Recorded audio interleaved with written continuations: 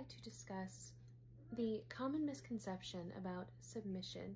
Yeah, you're gonna hear kids in the background. I got 6 of them. They're playing, they're laughing, they're having fun. They're currently playing a very heated game of Uno, apparently. I got a comment from a lady asking, like, your culture is the woman, but essentially just meek and walked all over.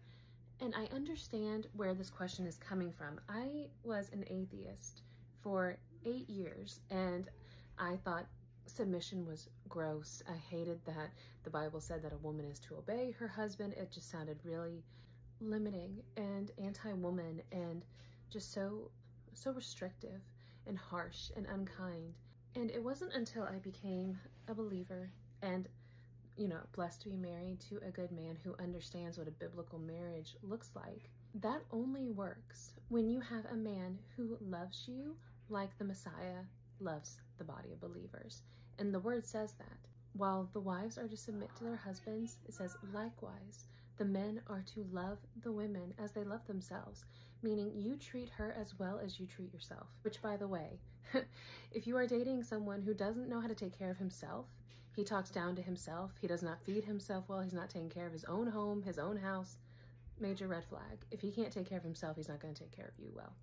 When a man loves you truly and he understands the biblical implications that, if anything, she's treated as more valuable.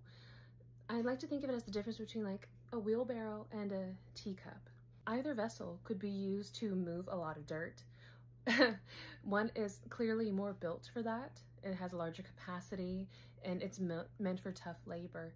And one technically could move dirt, but that's not what it's meant for.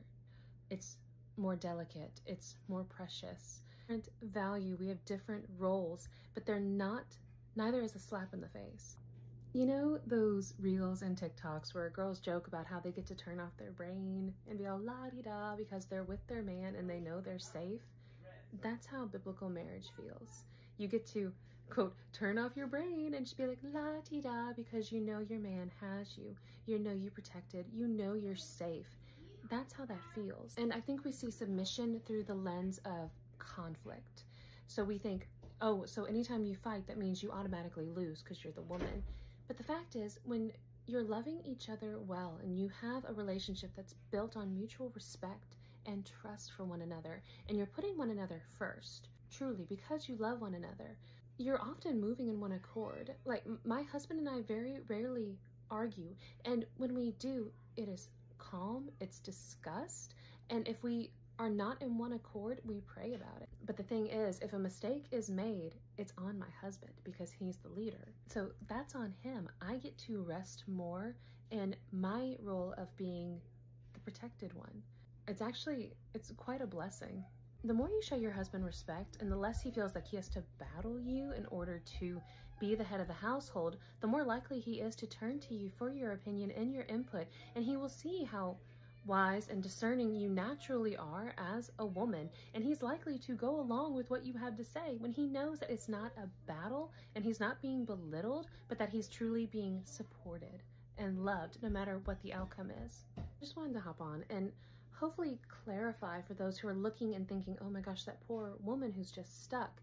It's really not like that. Those of us in a biblical marriage where our husband understands the heavy weight that is on his shoulders as the spiritual leader and who takes it very seriously and has made it a goal to love his wife as well as Messiah loves the body. That's pretty heavy. And a man who takes that seriously is going to treat you well. He's not going to treat you like a doormat. If you are in a situation where a man is bulldozing you and he is treating you like a doormat, that's not okay.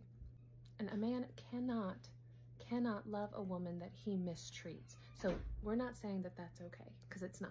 So to sum up, I'm not his slave. I'm basically treated like a princess who gets to stay home and raise her babies. And whenever my husband and I have a big decision coming up, we discuss it and talk about it together. And then I get to say, okay, have fun. Have fun making that decision. And I rest in that. And honestly, it is a really nice position to be in. It's not a place of oppression. It's not that he thinks I'm less than. I'm a treasure that he adores and takes care of because he loves me. It would never occur to him to mistreat me because we are one flesh. If he is mistreating me, he's mistreating himself. and that's just not how we roll.